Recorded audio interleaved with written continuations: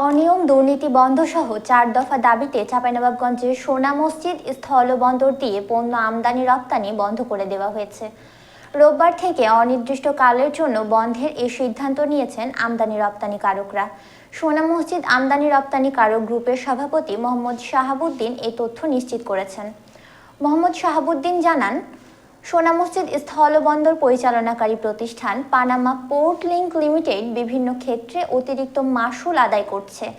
এছাড়াও নিয়ম বহির্ভূতভাবে ওয়্যারহাউস ভাড়া, নিরাপত্তার অভাব সহ বিভিন্ন অনিয়ম দুর্নীতির কারণে ক্ষতিগ্রস্ত হচ্ছেন আমদানি রপ্তানিকারকরা।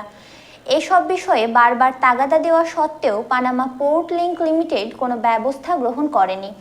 বাধ্য হয়ে আমদানি রপ্তানি বন্ধ করে দিয়েছেন তারা। আমদানি রপ্তানিকারকরা সোনা মসজিদ স্থলবন্দর বাদ দিয়ে অন্য বন্দর দিয়ে পণ্য আমদানি করছে। এদিকে পানামা পোর্ট লিংক লিমিটেডের ব্যবস্থাপক মাইনুল ইসলাম অভিযোগ অস্বীকার করেছেন। তিনি বলেন, বন্দরের দাপ্তরিক কার্যক্রম চলছে। আমদানি রপ্তানি বন্ধ নিয়ে সংশ্লিষ্টদের সঙ্গে যোগাযোগ করা হচ্ছে। দ্রুত এ বিষয়ে সমাধান হয়ে যাবে বলে জানান তিনি।